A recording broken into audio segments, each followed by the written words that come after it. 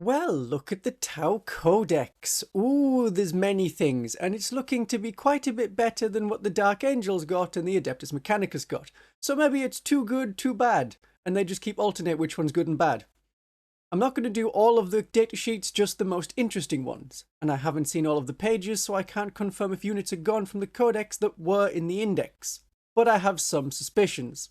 And these are the correct data cards for the style of 10th edition, where the Codex data cards have all of the parts on one card, not split into a back and a front or two PDF images like the indexes are. So, strike teams!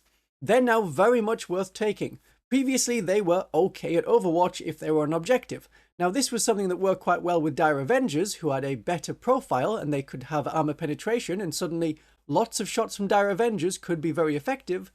For the strike teams, it was generally considered not worth the command point. So they weren't bad for a denial tactic, but the breacher teams were almost always preferred. Strike teams have now got so much better. Strike teams now suppress the enemy, giving the enemy units -1 to hit. This is very powerful as it works in combat and shooting, so the strike team may yet live through an enemy attacking them, dependent on their profile. That only works on infantry. If we're comparing it to, say, the Genestealer Cult Magos, with a very similar ability, sure, the Genestealer Cult Magos can have it work on super heavies, but a -1 to hit coming from your basic troops could encourage a lot of Tau players to bring back the regular Fire Warriors. This always works. And it's not something you need to concentrate fire on. You can split fire and one of the enemies you shoot gets the suppression. So you could be shooting at a mounted unit with all but one of your models. One model shoots an enemy infantry unit. That enemy infantry unit is suppressed. So Fire Warriors may see play again on the tabletop, assuming they don't all just switch to pure battlesuits. Breachers are looking the same, and Fire Warriors and Breachers can still take 2 drones. Now the battlesuits, we have 3 different units for the 3 different kinds of battlesuits. The weapons on them are basically fixed. It's no longer the mix whatever you want in. The battlesuit unit that was mixing whatever weapons and special systems you want is going to Legends. I'm going to have a video on that relatively soon. The Sunforged battlesuits are the ones with fusion blasters. They have 2 fusion blasters and these are not twin linked. You reroll wounds and damage against monsters and vehicles. This was confirmed through Warhammer Community very recently. The Fire Knife battlesuits have 1 missile pod and 1 plasma rifle. If you want, you can swap the missiles for another rifle, or you can swap the rifle for more missiles. Their special rule is to reroll hit rolls of 1. Against enemies at full starting strength, you reroll all hits. For a special rule that was meant to be, specialized to the weapons that they have, this is quite a generic special rule. This could have been fine on just regular battlesuits. They have the weapon support systems that the Index battlesuits had, and they can ignore all hit modifiers. The Sunforged battlesuits do not have this. The Star Scythe battlesuits, they're a bit more specialized as well, but still quite general. They have battlesuit support systems so they can fall back and still shoot. Because this is on every model in the squad, all of them are going to do it. If your commander joins the squad and doesn't have this system, then he won't be able to fall back and still shoot. But the unit can still fall back. Just that commander wouldn't shoot. The battlesuit support system on the Star Scythe battlesuits cannot be swapped out for anything else. They have that support system. They also have a flamer and a burst cannon, and like the Fire Knife battlesuits, they can swap a flamer for another cannon, or swap the cannon for another flamer. Their special rule gives them an extra point of armor penetration against anything that is not a monster or vehicle. So this isn't just infantry that they're hitting, but also swarms, which isn't really needed to have an extra armor penetration against, but also works against mounted units. The profile of them all is exactly the same. Same as what we'd expect on a battlesuit. The stealth suits have gotten a little bit of a boost. They are the same, but their special rule means that if they observe, with the forward observers rule, then the guided unit that they're spotting for rerolls hit rolls of 1 and wound rolls of 1, over just the reroll ones to wound. Their war gear, stats, yeah, it's the same.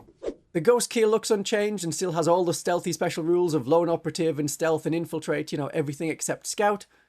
Piranhas, they look the same. Things are generally looking the same. The Tidewall gun rig, Tidewall drone port, and the Tidewall shield wall are all still here. I don't know if this is a leak of all the datasheets, let's hope not, because I have not seen Vespids. Vespids are a bit of an older model, but I think it would be really bad if they disappeared. A lot of people like Vespids, and they did, I think, get resin models. Hopefully Vespids are still around. Hopefully Vespids are going to get announced as, hey, we have our own kill team just for Vespids. They can come back. Suddenly you can use them again in your army. But we'll have to see. This is just before the official release.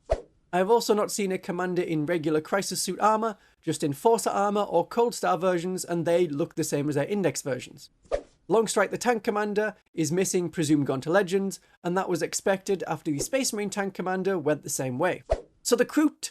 What do the Kroot do? Kroot carnivores no longer eat people to get a 5+ feel no pain, at least not in the game, but they have sticky objectives. They still scout 7 inches and they still have stealth. Their unit card is on screen, so pause it if you already haven't and have a look. There's a couple of new weapons. The Carbine is just for the unit leader, not for everyone in the squad, and the Tangle Bomb Launcher, that reminds me a lot of the Orc Beastnagger boys getting a very similar weapon. It's not the same as a regular grenade launcher that you get from Genestealer Cult or Imperial Guard with multiple profiles, so it is just a little bit of a blast. The Kroot Farstalkers, which were a kill team unit, they're still here and are much the same, but the Pulse Rifle or Pulse Carbine are the same gun now. It is a Tau Tech Rifle. None of the Kroot units have For the Greater Good as an army special rule, so they work best as an army on their own with their own detachment, and potentially if Games Workshop wants to sell more models and rules, then they may be sent off to be their own army eventually. We see it happen often enough in Age of Sigmar where, oh, a ghost unit, yeah, that's a whole faction. A ghoul unit, yeah, we'll make a whole faction of them. So it could happen. It could happen. They certainly have the range now to be, in theory, their own faction. World Eaters are coping...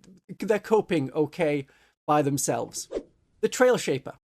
That is a kind of Shaper that you expected to see. That is the regular Shaper. They can no longer have the Tau Tech Rifle like the Pulse Rifle. They just have the Kroot Rifle.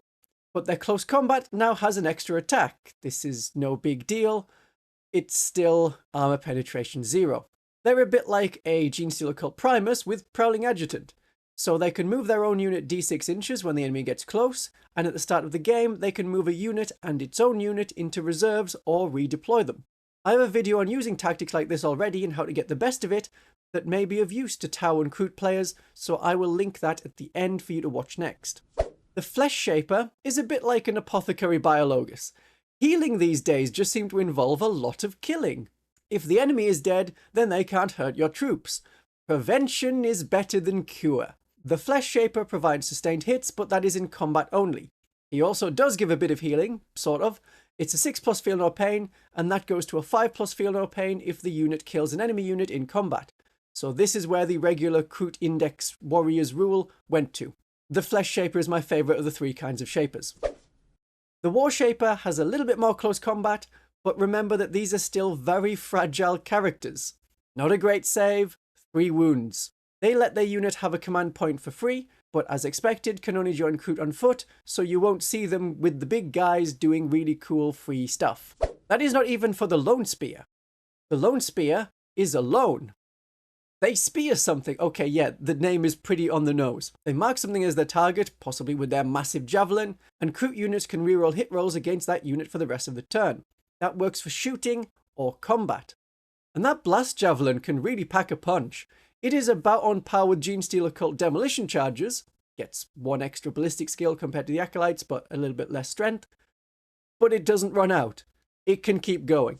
The Kroot Hounds are probably going to be quite cheap. They are a screen to tie up the enemy. They get close to a Tau unit, and that is what lets them advance and charge, so they're ideal as a screen. They won't do a lot in combat at strength 3 and no armor penetration, and they only have objective control if they're nearer to a Kroot character. They will be there to complete secondary objectives. If you're not taking an army of all Kroot, then I would expect Tau players to still take some Kroot Hounds competitively. The Krootox Riders, the gun version, have the fire support rule like the Space Marine quad cars where you can shoot back in support of friendly units. The Kroot gun is replaced by a repeater cannon, so if you have the older metal model, this is what you've got now, unless you just want to pretend it isn't. More shots than before, and you now get an extra point of armor penetration. The Rampager, that is the bigger close combat version, which seemed more fitting for them anyway. They cause impact hits on their charge, so if there was a stratagem that allowed them to fall back and charge, that would be great. Oh look, there is! In the Kroot Hunting Pack detachment.